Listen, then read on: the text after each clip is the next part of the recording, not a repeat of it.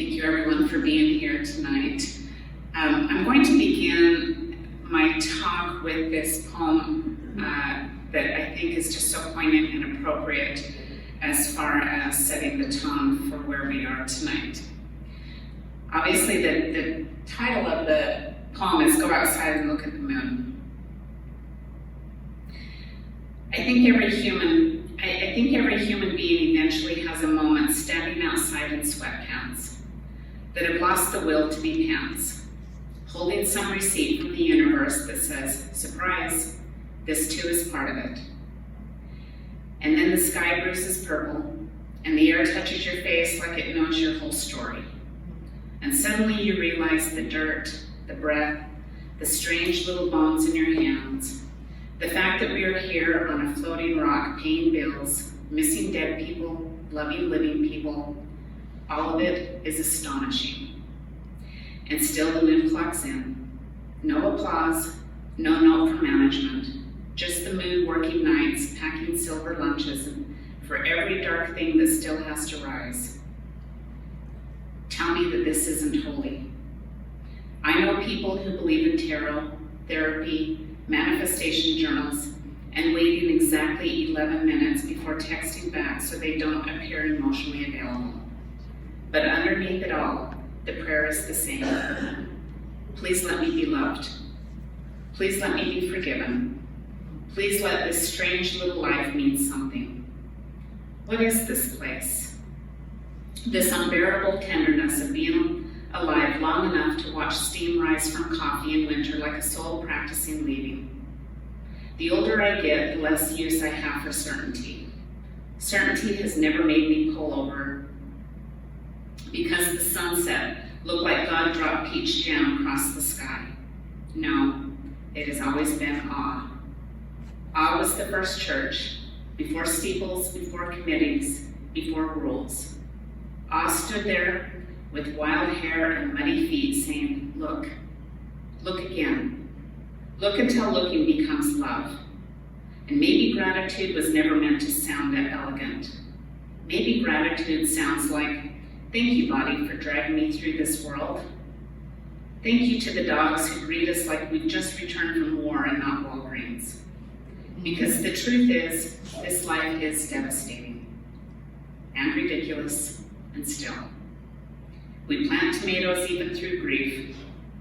We send photos of the sky to people we love with captions like, look, as if beauty is an emergency and we are all volunteer firefighters.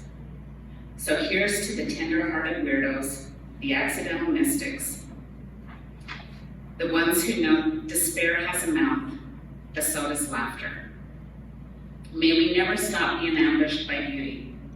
May we remember whatever else this is, whatever mess, whatever miracle, all of it is astonishing.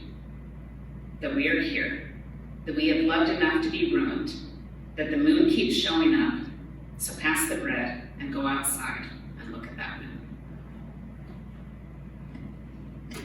And somehow my clicker didn't show up. So maybe it doesn't bring it to me. Is that the one?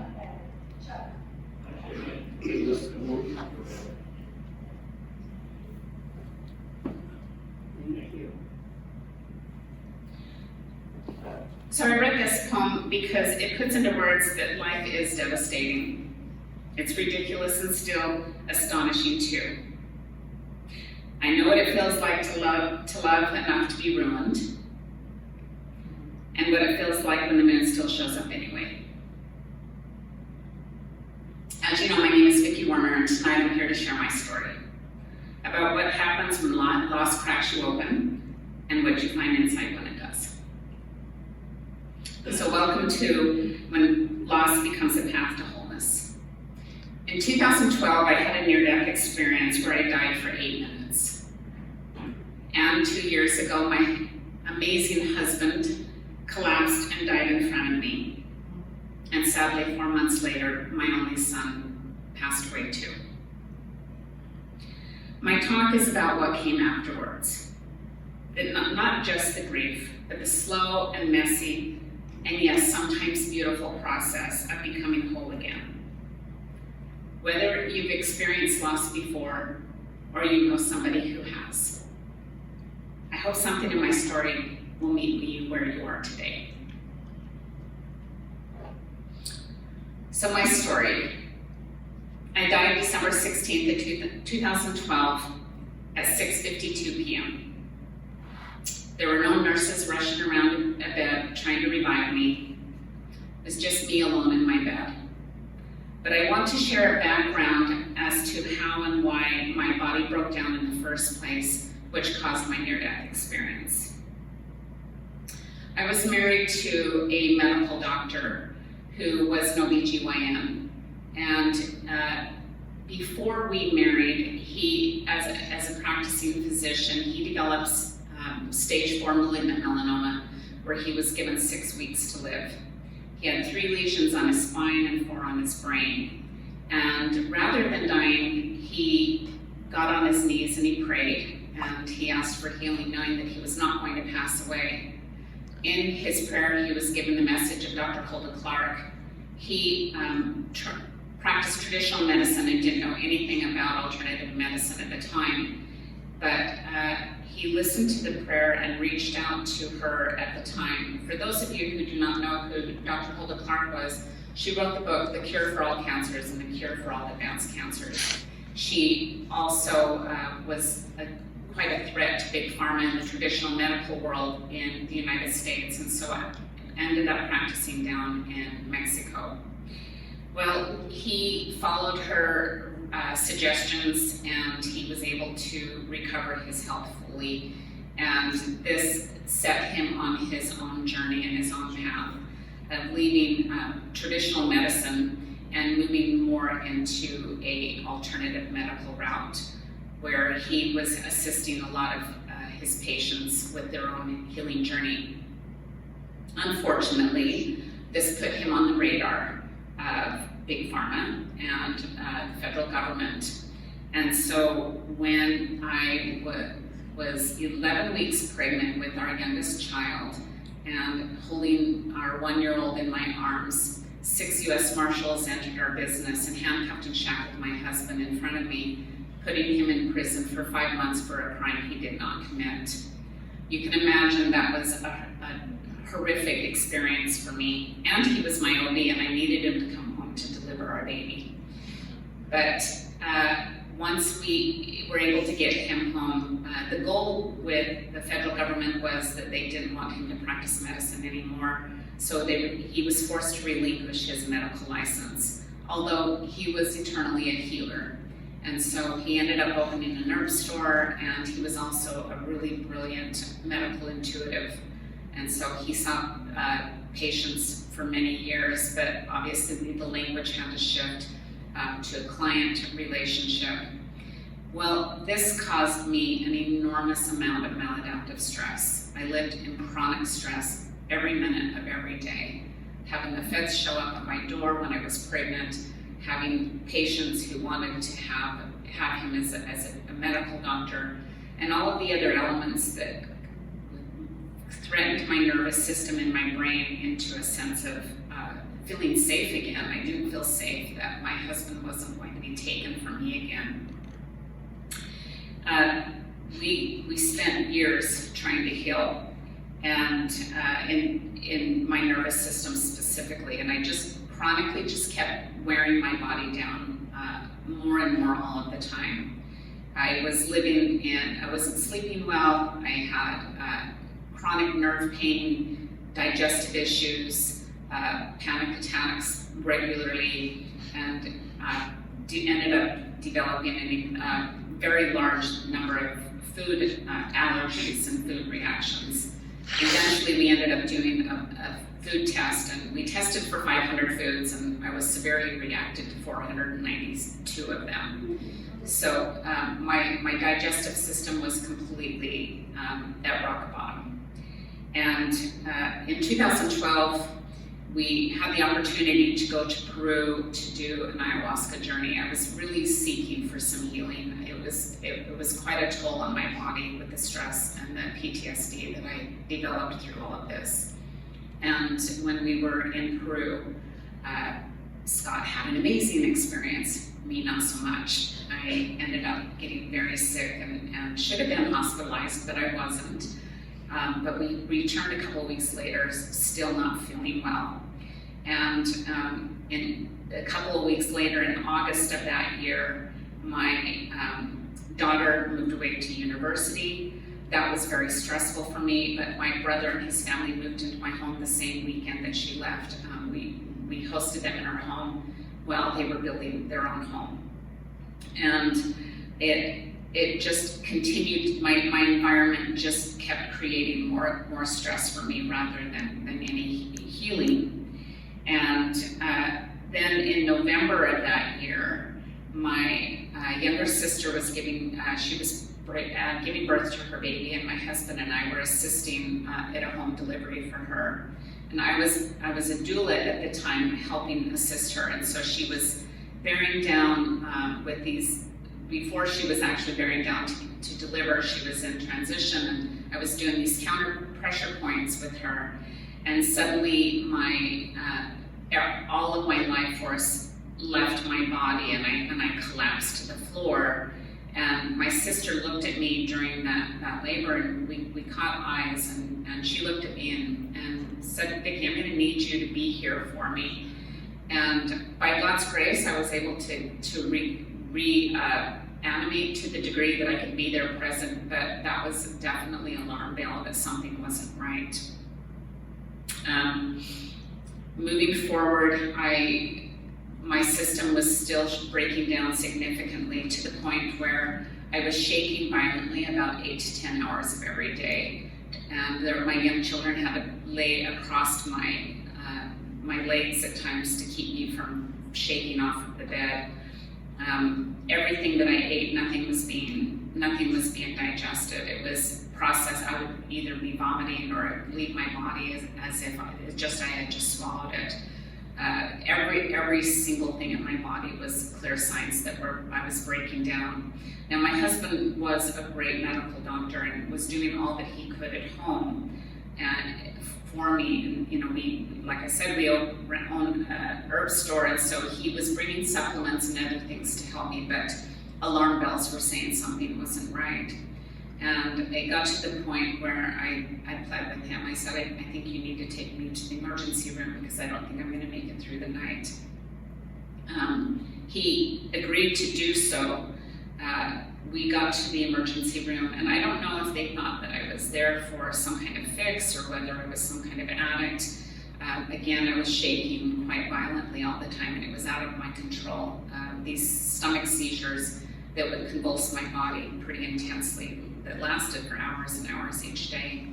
But we got to the hospital, and I was there for a number of hours, and they ran all types of tests and ultimately determined that it was gastritis and sent me home. I was devastated because I was in excruciating pain, and the way that I would describe the level of pain that I had from a 1 to 10 scale, that's usually the scale that's a measurement of pain, I would describe mine as a 27. Everything hurt in my body, and very, very badly. I was in a lot of pain. I'm very weak. I could hardly speak at this point. When I would talk, it was very garbled, and my family couldn't understand me. And apparently, I would do it in a whisper, although in my head I was yelling. There was just too many things that were signs that something is off. And I recognized how much energy it takes to speak. But the following evening, I was alone in my bed, and my environment was such that I would wear flannel pajamas. I had a heating pad directly on my skin. It would even blister my skin, but the heat was so necessary for my abdomen. I'd have 2 comforters over me, and I still felt like I was in a meat locker. I was freezing all of the time. And unfortunately, the next evening, I was lying alone in my bed, and I saw that the entire room suddenly filled with a very warm glow. And I was very intrigued just watching this glow, and initially I was wondering if it was coming out through the window, but I recognized that was not the case, and my room got this beautiful warm glow. And suddenly, I was out of my body, and I was standing at the foot of the bed, looking at the body in front of me. And I noticed that my face was held in a very contorted way due to the severe pain. The comforter pulled up against my neck. My hair was very disheveled just from the restlessness. And I immediately had enormous compassion for the woman that was laying there in bed. At that time, I looked over at the clock and I saw that it was 6:52. And I assumed this is because I'm a mom, and I always wanted to know when my children were going to need me. And so I was looking at the clock, noticing the time. And at that point, I heard my husband's laughter down the hall. And rather than being transported, I was immediately down the hall in the family room where my husband was watching television. He was on the couch. One of our children was on this couch with him, and then one was playing with her toys on the floor at his feet. And he was watching the show The Simpsons. Now, I will assure you that when you leave your body, you will have the same annoyances that you do when you're in the physical world, because I was very annoyed that he was watching The Simpsons with their 7 and 9-year-olds. And yet I felt an enormous amount of love and affection for my family. And strangely, I could feel what they were thinking, and I could feel what was going on in their own private world internally. I wanted to join them, I wanted to be with them, and I was very aware of everything around me, and very much aware that they had no idea that I was actually in the room. Now, what comes forward with this is different than I would say a traditional near-death experience, but at that point, I was suddenly on this large pathway, and my entire family was also on this pathway with me. At the very top of the pathway, my husband was sitting on this large rock. He had our 7-year-old in his lap, and our other children were around him. And I was very confused. I was looking at my husband, and he looked at me. He had tears in his eyes and tears streaming down his face. And he said, "It's okay, babe, I'll be okay."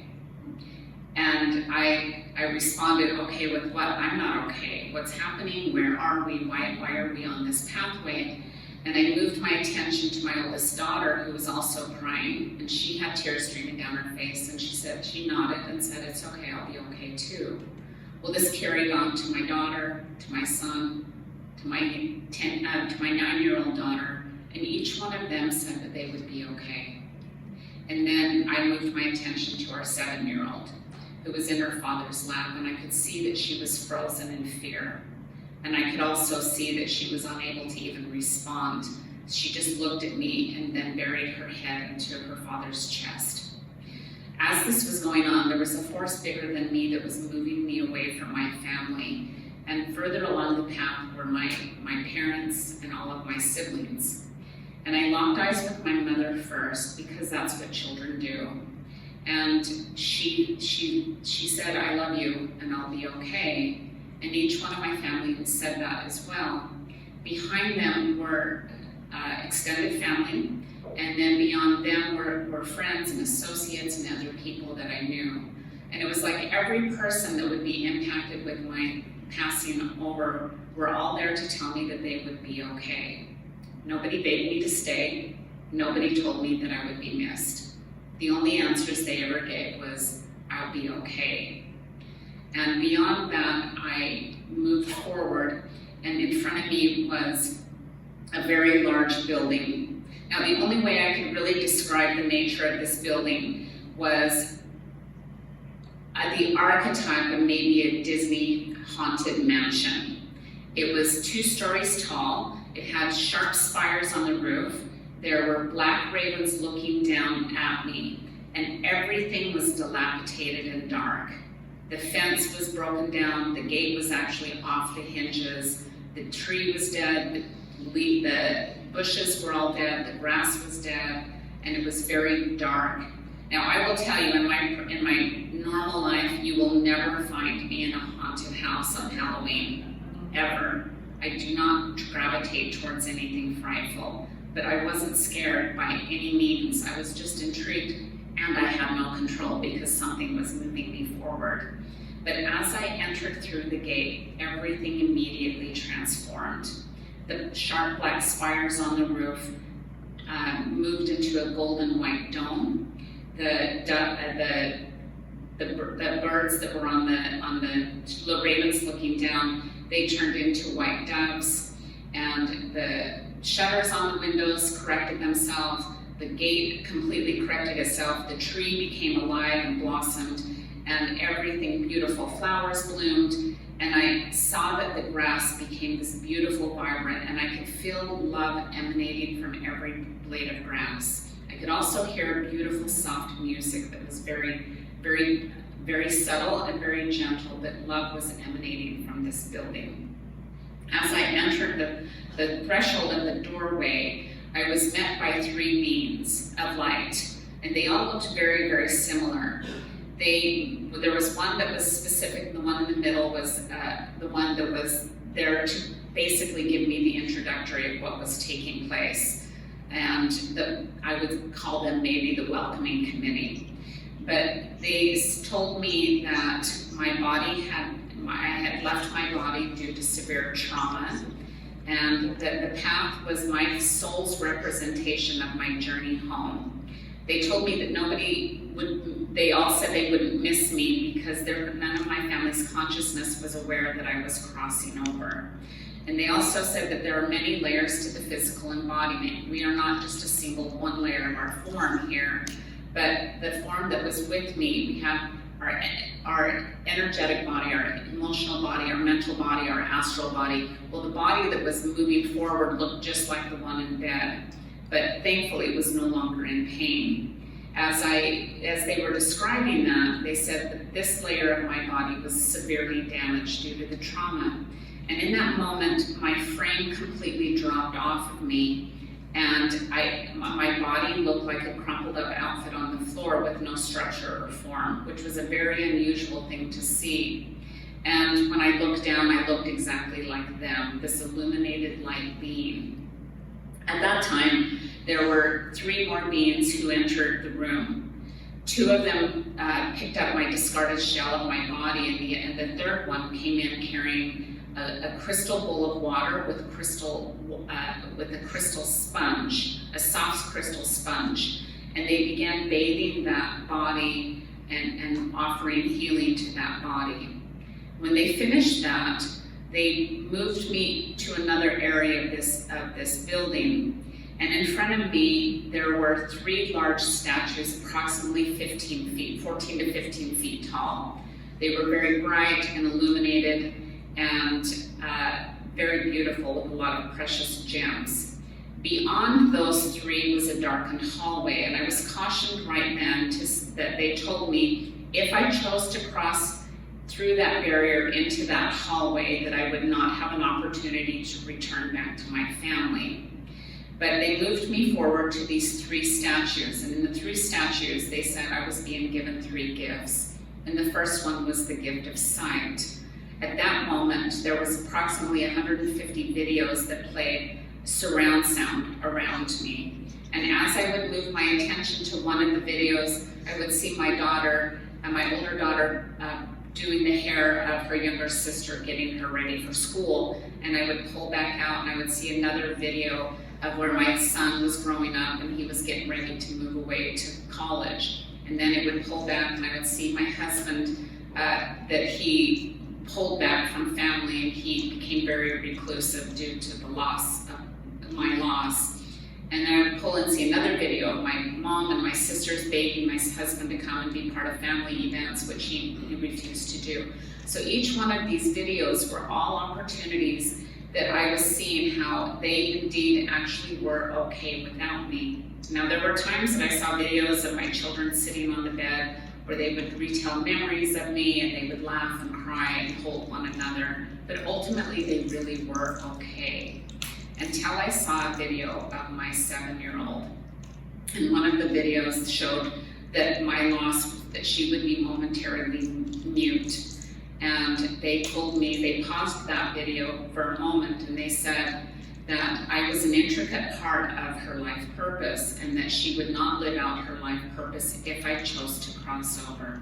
Now, once again, I'm a mom, and I couldn't abandon my children, so I turned to them and I said, I need to go back. Sophie needs me. And in that moment, I was back in my bed and back in excruciating pain. But I had the passion that I was going to live. And so I would pat the different parts of my body and I would say, God, please just let me live. Please just let me live. Now, I knew my husband was going to bring our children in before bed to do a prayer with me at night.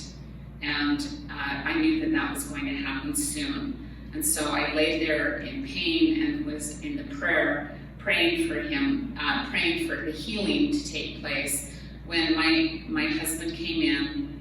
Now, mind you, I still wasn't able to talk hardly at all. My voice was very weak. But they came in, and my youngest daughter was at my head, and then our 9-year-old, and then my husband. And he had everybody hold hands, and they placed their hands on me. And my husband did a very typical prayer. God, please heal Vicky. Please help our family to be safe. Please guide our children to make healthy choices, and please be with us in our home. And as he finished his prayer, my little 7-year-old leaned in and she whispered, I need you, Mommy. I, of course, knew this because I had just seen that message on the other side. I wanted to respond and say, baby, I know. I need you too. I was too weak to do so, and the only strength I had was to allow the tears to pool inside my ears and build the relationship with God that I was going to ultimately heal. And boy, did I do every attempt I could. We went everywhere we could to heal.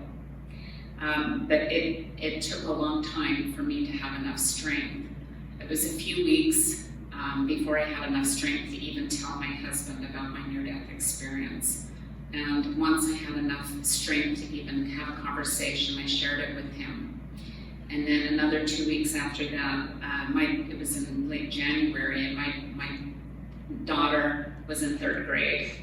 And she had been working on a school program for the whole school year. Now, I remember being in 3rd grade, and my mom couldn't come to my 3rd grade program because her boss wouldn't let her off at work. And that was really hard for me, and I still remember that. But my daughter came in and she said, Mommy, are you gonna come to my program? I really wanted to. I just didn't have the strength, but I couldn't let my daughter down. And so I had my husband carry me into the auditorium, and it was really embarrassing. I was so weak that I couldn't even walk myself.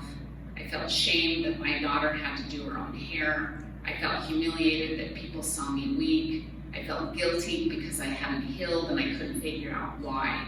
And all of these emotions were going on in me, and I was in a fight for my life. I was too weak to sit up straight, and so I had my husband lie me down in the back of the auditorium on the floor. And as I was lying there, and I could feel the bolts of the chairs on the cold concrete against me, and I just said, God, I need you to heal me.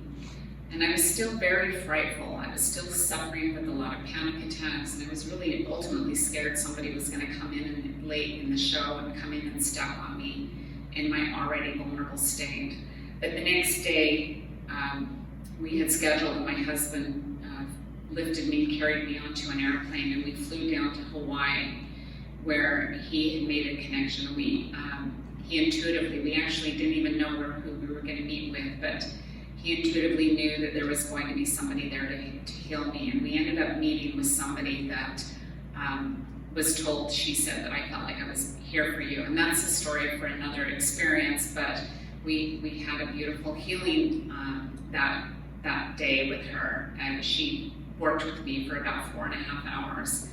And I ended up feeling pretty good. We finished out the rest of the week. I was up and walking, I was talking well. I actually was able to eat a little bit. My digestive system was still very pulverized. My intestines were very pulverized, but I was still able to eat a little bit. It was enough to give me hope. It was enough to give me hope that there was something that was going to help me heal, but unfortunately I returned back to the same environment, the same emotions, and the same conditions that got me sick in the first place.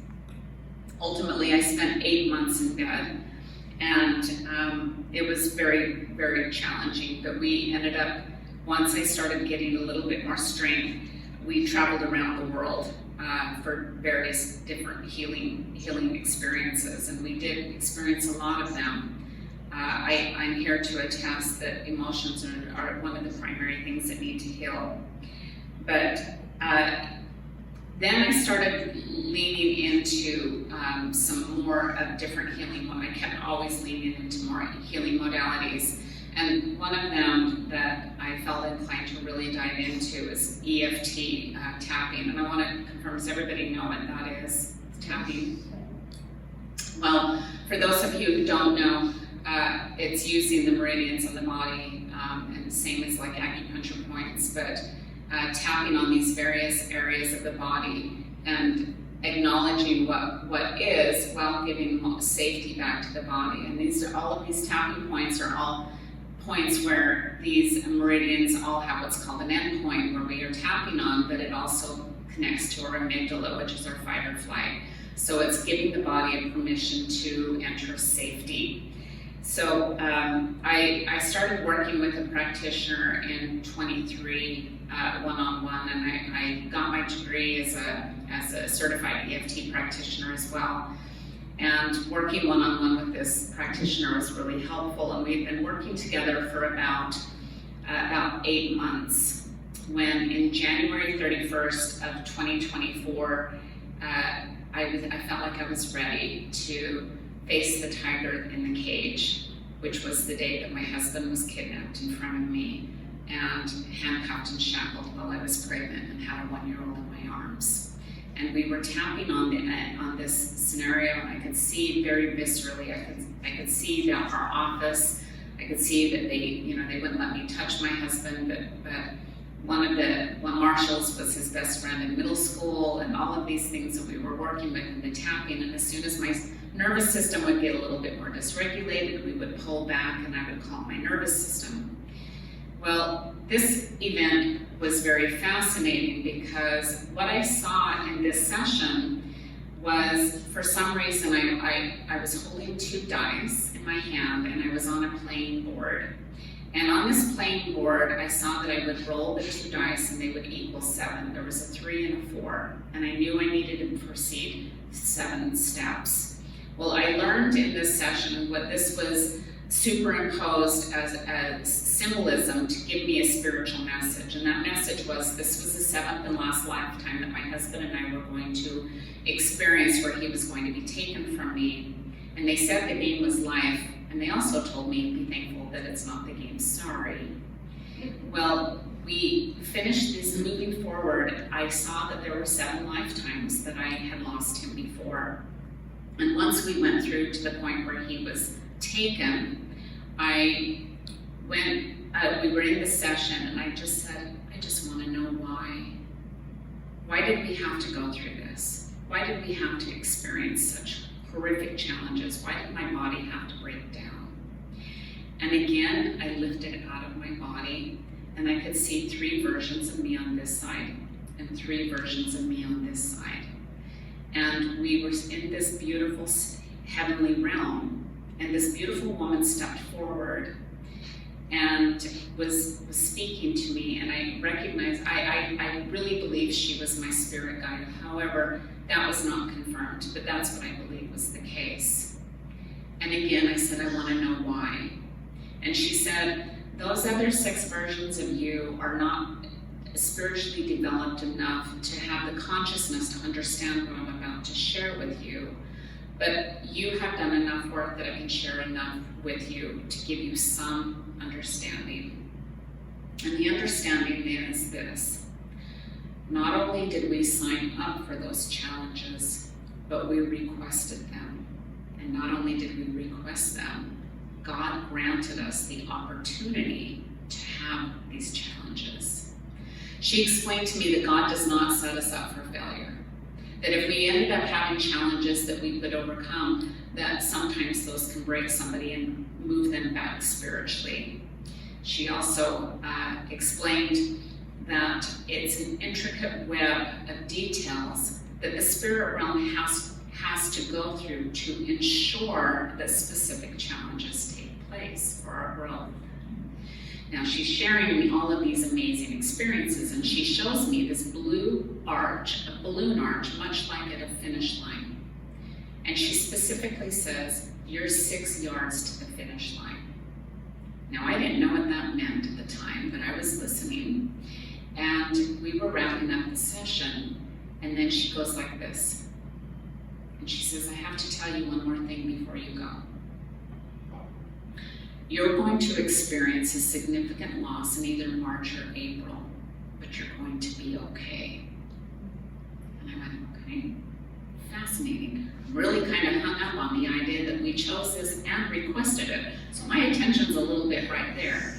But we wrap up the session, I'm fascinated, everything shifts in my perception, because that's what healing really is. It's a perception shift. I go upstairs to my husband, oh my gosh, you're not gonna believe this. Not only did we sign up for it, but we requested it. And she also said, I'm going to lose somebody significant in either March or April, but I'm gonna be okay. As I'm telling him, as he's busy getting ready for work, I assumed it was his dad, because his dad was 96. And I'm like, I think we'll be okay. I think I can handle that. But I tell my husband all about it, and he goes on to work. This was our anniversary, February 28th, 2024, with my husband down in Florida Keys. We celebrated our anniversary in style. We actually renewed our wedding vows in 33 countries at some really cool places. But this one, we were in the Florida Keys, and we sat on the beach and we watched the sunset, where my husband leaned in and he said, I promise you many more years. He said 10, I said I wanted 20. But he promised those to me, and he was rare, very rarely would he make any promises. But as we were coming home from this trip, he didn't feel very well on the airplane. He said he had some stomach pain a little bit, and over the week, he continued to not do very well. Unfortunately, 11 days after that promise, my husband collapsed and died in front of me. And I watched him leave his body. He died exactly 6 weeks to the day of my EFT session, where I was told I was 6 yards to the finish line.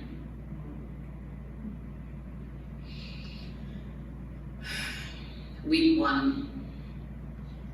This is where the world is a blur. I was in shock and absolute autopilot. Week 2, a lot of busy work preparing for the funeral, company coming and going, but strangely, I was very numb and disconnected. I understand now that I was in shock, and there's only so much a brain can handle, so it can compartmentalize these experiences. And I didn't miss him, and I was really, really uncomfortable with that. And I would tell my friends, but I'm not even missing Scott. And they were like, oh, you will. And I just, somewhere in my brain, I kept thinking, well, he's just at work, or he's on a trip. He'll be home soon. There's a lot of activity around me, and I just needed to keep moving forward. Unfortunately, week 3 is when all hell breaks loose, and your brain starts to let everything down, and the aftermath is when everybody else returns back to normal, and you spend a lot of time on the shower floor crying. I want to say that when you're left in this wreckage, everybody else has gone back to their own life. But this is when the real grief begins, when nobody's watching anymore. So I want to say to you that if you know somebody who has experienced a recent loss, that put that mark out about a month and check in on them, because that's where they're going to really need the extra support.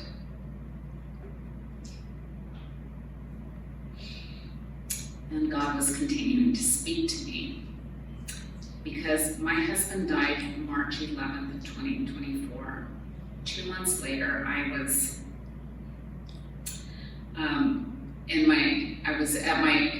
my nephew was having a seminary graduation that was held at church. And I was in the back row sitting with his sister, a very close niece of mine, and her grandmother on her mother's side. And her grandmother had also passed. Her grandfather had passed about 6 months earlier, and the grandmother leaned into me and she says, "Isn't widow such an ugly word?" And I'm like, yeah, it really is. It's uncomfortable. I don't like the word. I don't feel like being a 52-year-old widow. It was just a really uncomfortable word for me. And but I sat in the back row, and I was quietly had tears streaming down my face because my husband should have been there, and he would have been there. I was just very sad that this was my new reality. So my niece gently hands me a Kleenex, and they finished the program. And as we're in the program, have come to a close, and we're just visiting afterwards, and everybody was coming up, and it was lovely that people were checking on me. And my niece said, "How are you doing?" And I said, "I know for a fact that I've experienced the worst pain I will ever have." And immediately there was this bolt of energy that came through my body, and this very loud voice, very booming voice in my head. And the voice said, "No, it will be when you lose a child." My body was really good at panic attacks. So I immediately started panicking and breathing heavy and thought, no way would God do that to me twice. So I just like, no, this is anxiety. Everybody knows you go through anxiety when your structure is completely broke down. And so I just kept trying to breathe through this and trying not to hyperventilate, thinking, no way, that's impossible. It's absolutely impossible.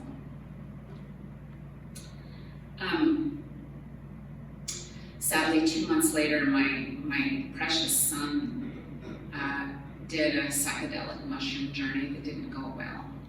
And during that journey, my son took his own life. And I found my precious son. And the world that I knew was no longer. So grief is all of these things. It's isolating for sure. And I want to just set the tone here about what grief is, because initially, my whole life, I always thought, all you have to do when somebody passes, to eat, to sleep, to move your body, no more rules about that. All of those are really hard. I was maybe sleeping 45 minutes a night. I wanted to crawl into a ball and just completely close out the world because it hurt so much. And I couldn't eat. I lost 30 pounds after the loss of my husband and son. So those three things are very necessary: to eat, to sleep, and to move your body, but they're really hard. So moving forward, we have to acknowledge that grief activates the same brain region as physical pain. Heaviness in the chest, exhaustion. It's not weakness. It's our nervous system responding to loss. So when we look at these things, we have to identify that isolation is very common, because very seldom are you going to be in a room where people fully understand what you're experiencing. The disorientation is obviously very real too, because grief rewires how you see the world. Things that made sense before just don't. Nobody can make sense as to why somebody you love who still had purpose on this planet was suddenly taken from us. It's obviously very exhausting. Every emotion in a day, and I can honestly say the waves are so strong that you can have every emotion in a matter of minutes. But it really does profoundly change who we are. And acknowledging that we're no longer the same person that we were. And I certainly wasn't the same person who was a mother to my precious son and a wife to my husband. But I will say that physical pain is a real thing. Everything hurts. The muscle pain, the tightness was always, I was living in chronic pain. But we have to understand that loss does not end us. It does reshape us. None of us went to a high school class where somebody taught us how we were going to survive when we lose a spouse or a child. We aren't programmed to understand how to navigate this world, and we certainly aren't society prepared. This society does not prepare us for loss and navigating the new world. Death teaches us to value life, and it gives us permission to shed our old identities that no longer fit, and I had a lot of those as well. When met with awareness and compassion, the support, loss becomes an invitation into deeper healing and integrating into the whole self. So, when experiencing loss, I will say, I just felt this all the time. I ask people, am I broken? I felt broken. I just felt broken. But I recognize now that it wasn't me that was broken. It was the identity of what I was breaking down to provide an opportunity for a new world. And this language is something that I needed to, I actually wrote this saying and put it on my bathroom mirror, that I'm not broken. I just happen to be somebody who is in need of care. And somebody who's in need of care deserves love and compassion. We need to allow relief from the pressure to heal correctly or on a specific timeline, and certainly under somebody else's criteria of what that is. We also need to allow space for who we're becoming. And I will tell you, it's messy, it's unfamiliar, and it's really hard. And this language about being so strong, I'm going to be on a little bit of a soapbox about this because everybody said this to me. You're so strong. You're so strong. And I wanted to say, I know I'm strong. I'm in my body. Stop telling me I'm so strong. Because once somebody sets that criteria and say that you're so strong, suddenly there is a level of expectation that you have to show up strong. And they may not know that a half hour earlier I was in my closet sobbing my eyes out. And they may not know that that night I will cry myself to sleep. So telling them that they're strong sets this level of expectation. And it's really challenging because none of us are going to get a trophy for suffering at the end of our life. That's what I know for sure. There will not be a welcoming committee that's going to give us a trophy for suffering. So when you see somebody who is processing these experiences, now I will acknowledge there's reason why people say this. And in my opinion, what that reason is because anytime we see a challenge that somebody else is enduring, we will reflect back on our own personal life and we'll say, oh Jesus, could I survive that? No, we don't think we can. And we all wonder if we can. And so we look at somebody else and say that you're so strong because they don't think that they have the strength to do that.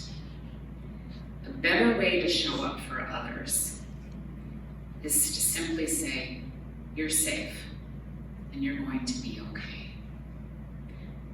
In the Maslow's hierarchy of needs, safety is paramount. In the language of being okay, you've heard me weave into my story. But telling somebody that they're safe and they're going to be okay allows their nervous system to calm down just a little bit, allows them to be seen, and allows them to feel that sense of security once again that has been removed from them.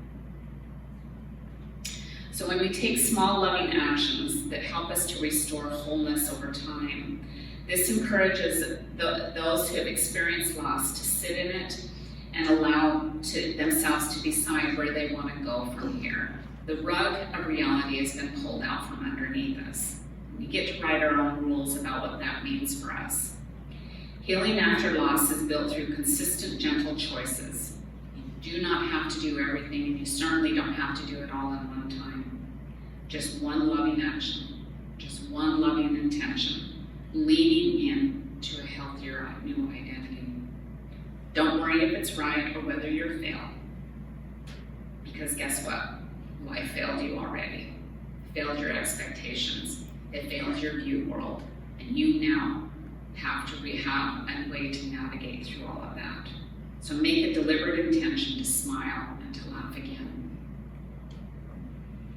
So in healing the whole self, healing isn't just processing thought. It's a whole body, whole self experience. Grief does indeed live in the body. That my jaw was chronically clenched, and I have to consciously massage it a lot because I feel all of that a lot. Tightness in my chest, overwhelming exhaustion. My body held what my mind could not process yet. With emotional release, we understand that processing loss requires breathing space, time, and grace. Having some somatic awareness, I think, is so crucial in the healing because emotions, they are stored in the body.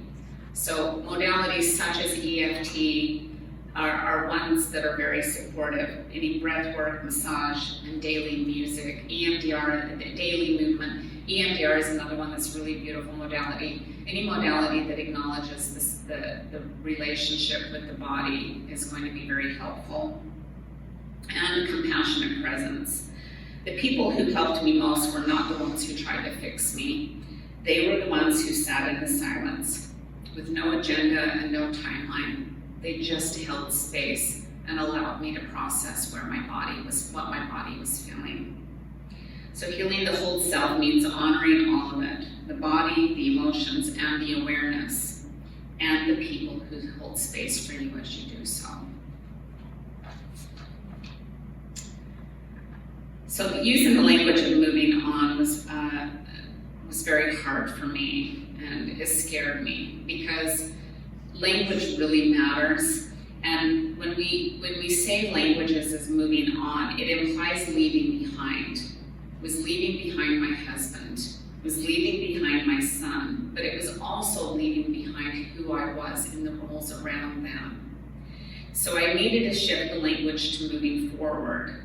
Moving forward means carrying them with me, honoring what was while still choosing to live fully, and recognize that grief never shrinks. And many of us who have experienced loss know this, but our life grows around that grief, and we start to adapt into a new identity.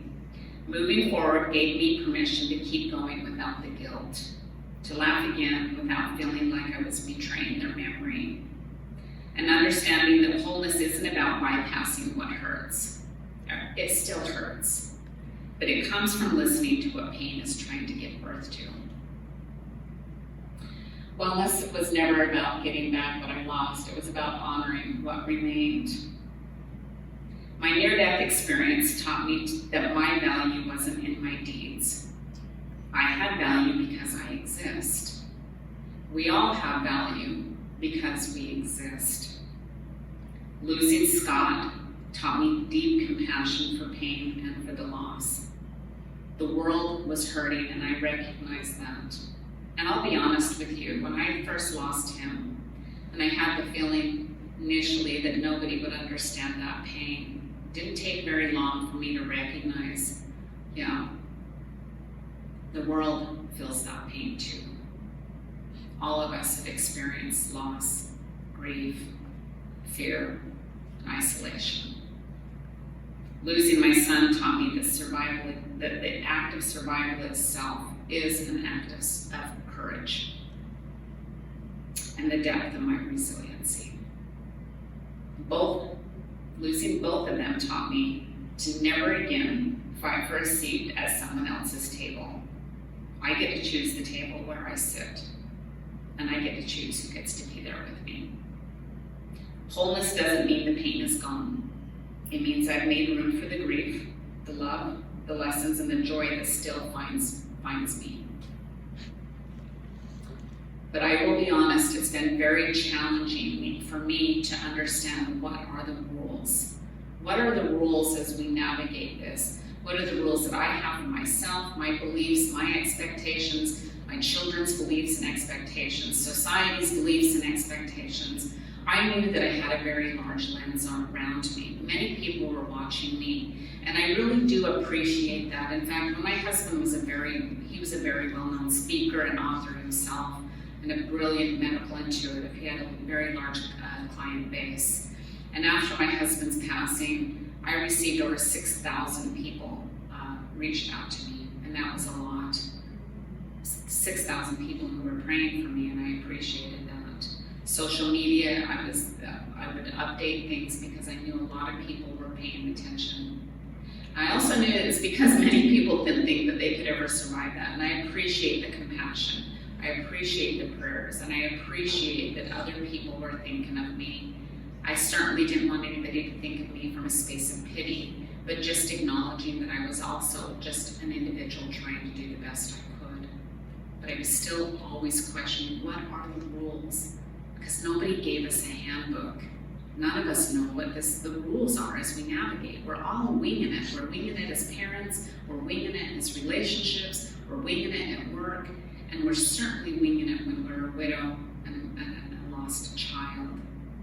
And so through another EFT session, I was able to come up with these beautiful rules that work really well for me. So I'll share these with you. The first rule is to be kind. The world is hurting. Everyone is doing the best they can with what they have. We have to acknowledge that. 2, be generous of heart. Compassion is crucial. A generous heart allows grace in all things. 3, love of self. I'll be honest, I struggled with this, and I think many people do. But I get to love myself. My near-death experience showed me I hadn't been valuing myself. And I think that's why it showed me the pathway of everybody on my path that was being impacted by my loss. Because they were showing me my impact on others. And I also have to recognize that I do need to love myself because I cannot pour from an empty cup. The next one, of course, is love of humanity. We are all walking each other home. Connection and compassion is important to get us through that. And the magic, everything else is up to you. There is no right way to heal, to grieve, or to love. That's not a burden, it's a gift. We get to determine that. So in support tools, the healing resources, I think the most important is a trusted friend, somebody who you can lean on, somebody who holds space without judgment and simply shows up. I'm very, very blessed to have lovely friends in my life. I have this very dear friend that's in England who had two brothers who took their life, and so he understood grief. When my son took his life, I could no longer be in my home, and my 2 daughters, I moved my 2 daughters, and we actually moved to a hotel for 3 months and started over, and it was a very, very challenging time. Probate and all of the other elements was just an excruciating time. But this friend, he never let 24 hours go without checking on me, and if I ever left anywhere, he always just kept checking in, and he still does, and in fact, he called me today.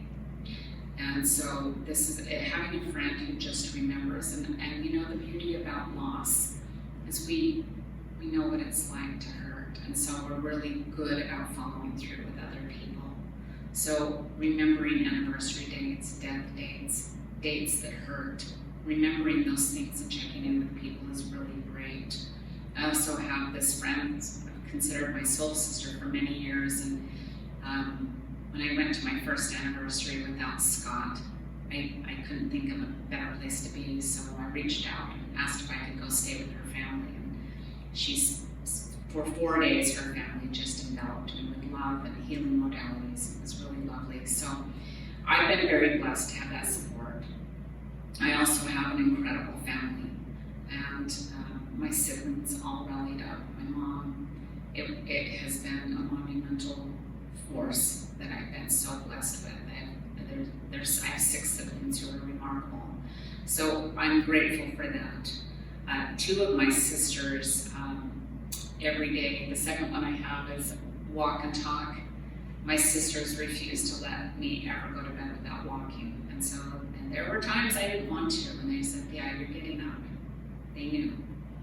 And every day they would come over and make me put on my shoes, and I would go out, we would walk, and I would cry, we'd talk, we'd just keep moving because I needed to move my body. There's so much emotion in my body that needed to be processed. So even if you have a trusted person you can do that with, it's lovely.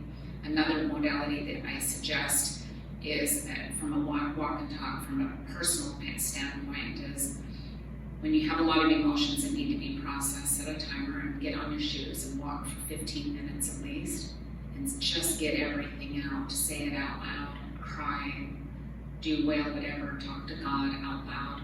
Use your voice to get it out of your body. Get to a stopping point that you feel like you got enough said. Take a breath, and then just go into reverence. And as you come home, just have the awareness of the beauty around you. Have the awareness that life still moves forward, that life inside of your body is still a gift. And just breathe all of that beautiful nature of God within you. Meditation is another one that's really beautiful. However, I will say, when I found my son, the intrusive thoughts were really, really intense for me. So it was about 1.5 years before I could meditate again. The anniversary of my son, 2-year anniversary of my son is coming up in July. And I'm just now getting to a point where I can meditate again without the intrusive thoughts. So I don't recommend this one necessarily if there's some trauma associated with loss. But it's a really great one for stillness and breath work to integrate as well, and just to quiet the mind. Other healing resources that I suggest is journaling. Again, if you don't want to talk about it out loud, putting it out on paper, it just helps move from the mind down into the body. Where you don't edit, don't judge, just writing by hand engages different parts of the brain. EFT, I'm a really big proponent of that. I think it's a beautiful modality. As I mentioned, EMDR has some similarities, a lot of somatic work. Anything with systematic work is great. Gently tapping on the meridian points while acknowledging the difficult emotions calms the nervous system and reduces the intensity of the grief. And I also love essential oils. I personally use essential oils a lot. The scent is connected to memory and emotions. So essential oils such as lavender, frankincense, and rose can help ground you during the waves of the grief. And then I also want to suggest that we all have this inner wisdom that resides within all of us. And it existed before there was loss. It existed before there was grief, self-doubt, before fear, and before we learned to ignore it. It has always been. So I want you to take a moment and have an experience with me. So I'm going to ask you to close your eyes. Soften your breath. And drop your attention down from your head into your heart. Don't think about your heart. Just drop your attention down into your heart. No thinking, just feeling. And have an awareness of the beating of your heart. And then notice, where is your heart drawn to? Which path makes you feel most alive? Not safest, not smartest, alive. Gently place one hand on your chest. Place one hand on your belly. And feel the pull. Allow you to go where the path is pulling you. Notice how effortless it feels. Not because there is no challenge, but because you are no longer fighting yourself. What shows up?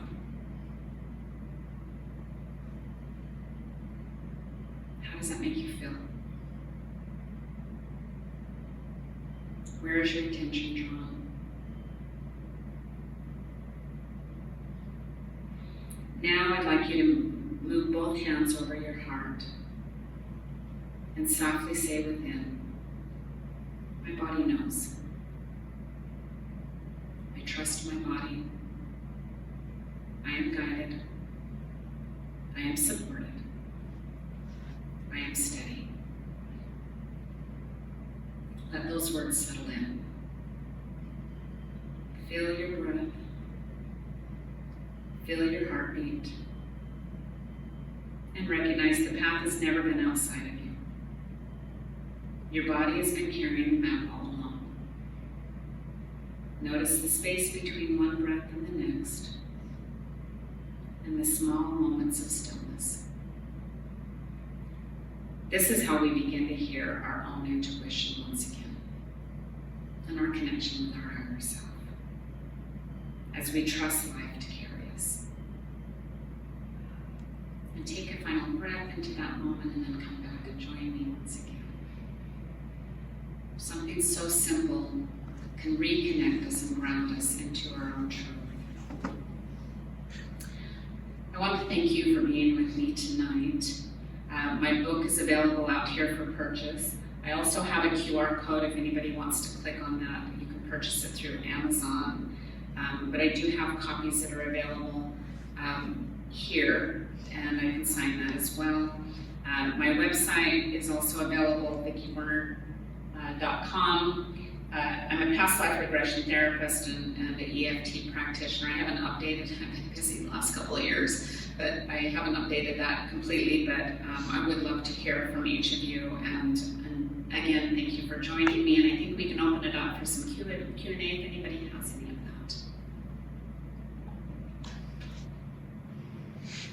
that. Yay.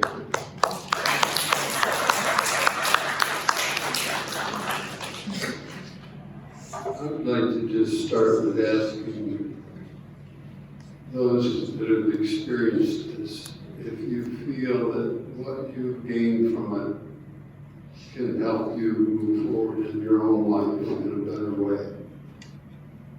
If you can see that blessing that comes from hearing these experiences and want to express this gratitude for Vicki to take and share this time with us. Bless you. Thank you. Questions?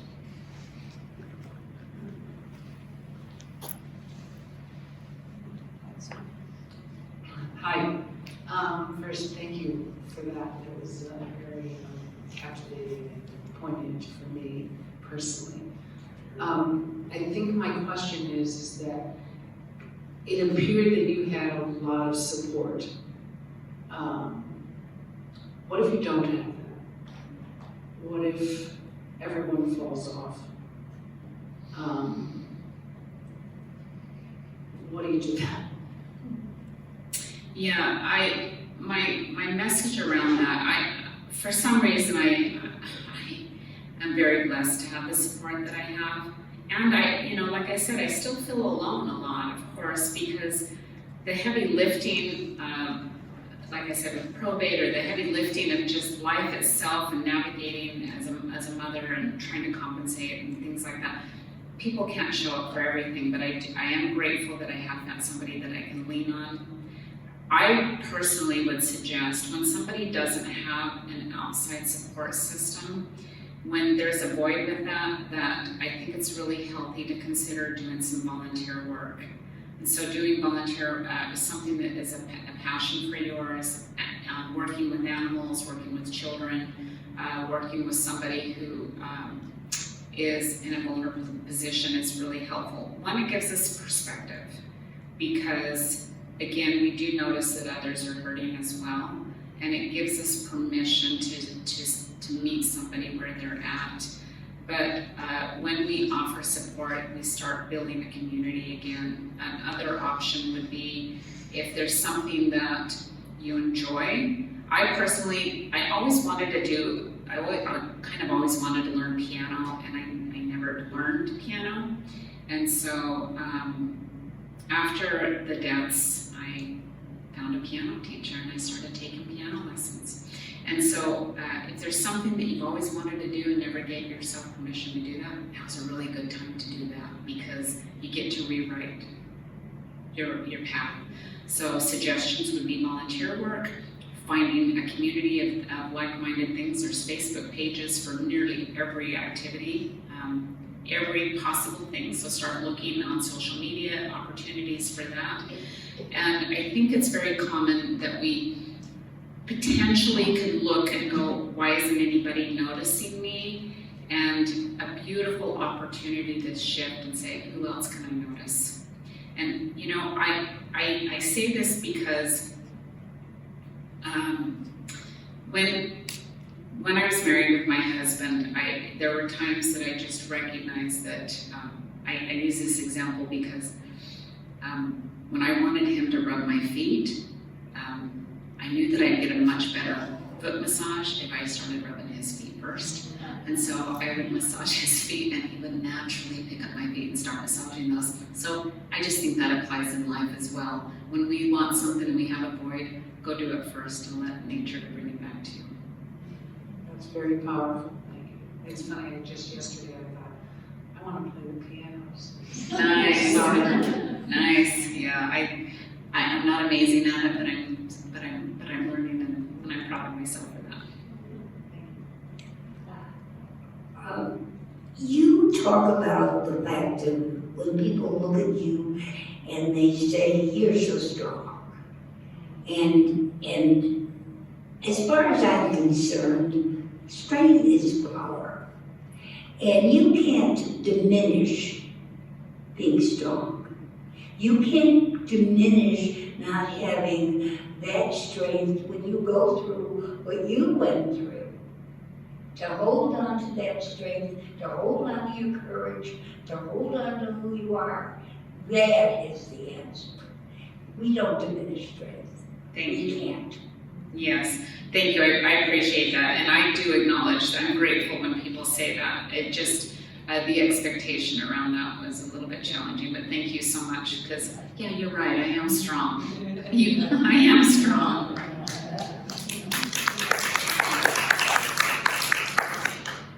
This is a talkative row here. I just wanted to ask if you had any insight into how to prepare to be where you found yourself, because it is a deep fear of mine.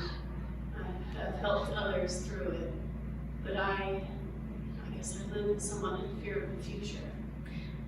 Just for clarity, are you talking about loss of a loved one? Yes, exactly. That's what I'm talking about. Yeah. Like, is there a way, like, looking back, as you were, it was so terrible and unexpected, even with the spiritual messages, but it was still unexpected. Yeah. I sit in expectation. Right. My husband, in 2017, he had a fall where he got an infection and we ended up becoming a type 1 diabetic after a severe infection, and he was really weak for a number of years. And full disclosure, there was probably about 5 years that we'd go to bed at night and I'd hold his hand, not knowing if he was going to be there the next morning. And that was scary. It was really hard, and of course my brain was like trying to navigate all of that. There obviously, anybody who's gone through that, there's no way that we could really fully prepare ourselves as much as we want to. And what I recognize for me is we all try to beat grief to the punch.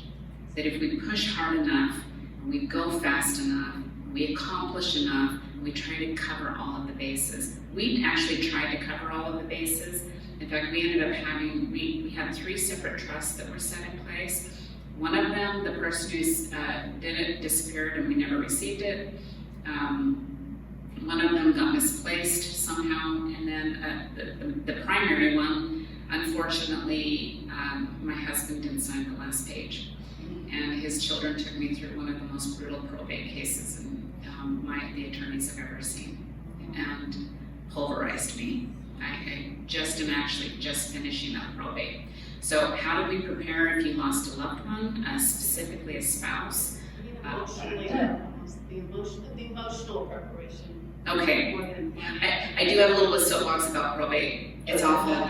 But emotional preparation, build community, build tribe, and sit with where you are. Obviously, it brings up some kind of fear that we all have. It's human nature to fear loss. So I really highly suggest that anything that can have a sense of community to build a buffer around us is going to be probably the most support. Build up your own relationship with divine that works for you, whatever your spiritual or religious comfort, because leaning on the divine is going to be really important for you in that nature, and then getting to know yourself as well as you can.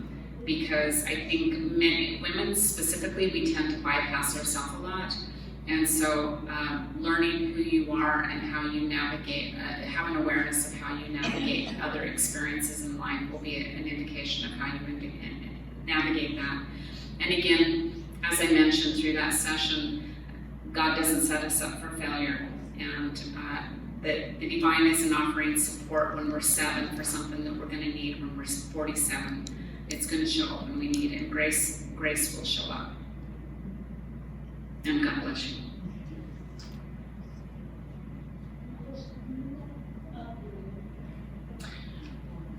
I'm sorry, there was a question back here that's waiting too. I'm sorry.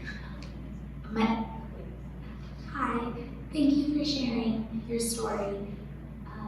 I liked when you said language is important and how we use and interchange words.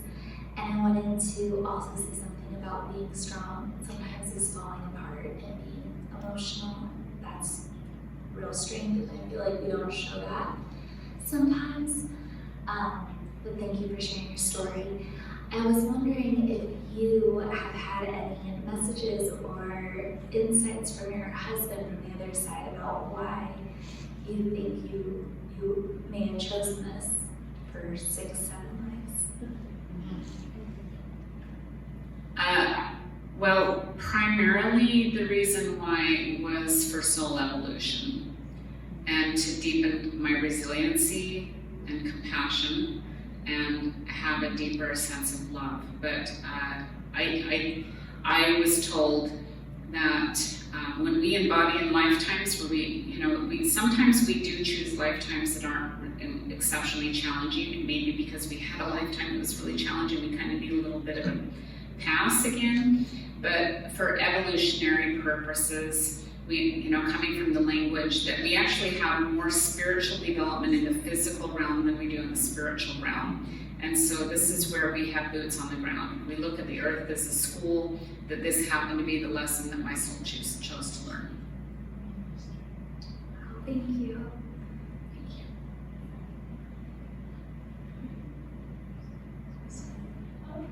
I don't have a question, but I just want to reiterate, Vicki, you are strong. Thank you. I was following the dates that you were giving.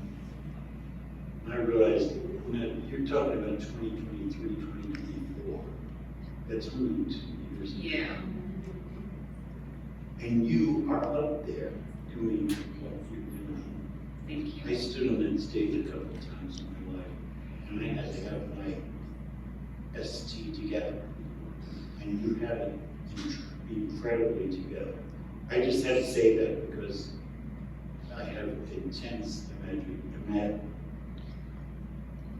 intense whatever for what you're doing. Thank you. Thank you. Thank you. There was a question over here. Yeah, I did have a question, and then something you said gave it another twist. So, first you had said, well, at the end of the life, there's no rewards for your suffering. Do you feel that that's just part A? Because you ended on part B. Oh, if I can remember.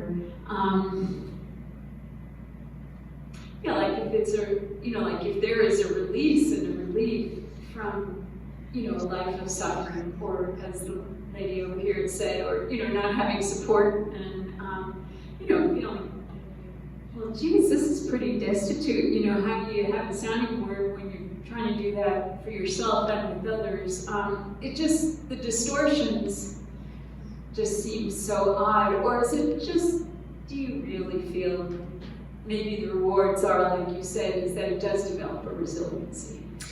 Right, so as far as rewards, what I'm trying to imply is that we don't come, now I think we should all get to the end of our life as if we ran a really hard race. A little bit beaten, a little bit bruised, and a little bit sweat off our brow. But what I'm implying is that we're not going to get a trophy, and there's not going to be someone in the spirit realm, well done, you suffered so well. You did so well in the suffering arena that here's a trophy for that. It's more of an understanding that when we get to the other side, it becomes much more clear as to the dynamics of the relationship, the lessons that our soul specifically chose to experience, and the opportunities of growth that we have in those challenges. We all know that to build a muscle takes resistance. We live in a world of polarity. We live in a world where there's going to be light and dark, and we live in a world where there's going to be enormous challenges. If we focus on those challenges and keep our attention on the challenges, we're missing the opportunity for growth. And so coming from that language, yeah, we're going to be acknowledged for the challenges that we endured, and we're going to be loved through all of those. And those are going to be with us, loving us through that. But I think it's really important that we focus on the opportunity for growth and the acceleration of the soul. Oh yeah, the thing that I wanted to tell you about is since you guys suffer so much, and yes, you're strong. Okay, everybody, I'm strong. Thank you. Yes, thank you. I just like to. Do you feel you're practicing for the Before we do the drive, Oh, I think she just wanted to finish one thing. I'm so sorry. You're okay. Tailgated what she had said I'm sorry. I want to emphasize the problem you said you encountered because you did not have a trust in place with your family. You're at the age of my daughters, and they lost their mother, and they didn't have a trust. And the hell they went through because of that situation. It turns people in the family against each other. It's absolutely a recommendation. And so they insisted that I created a trust for them. But don't wait till later because you think you can put it off and get it done. If you don't have a trust in place for dealing with your life, and you want to say a few more about what that means.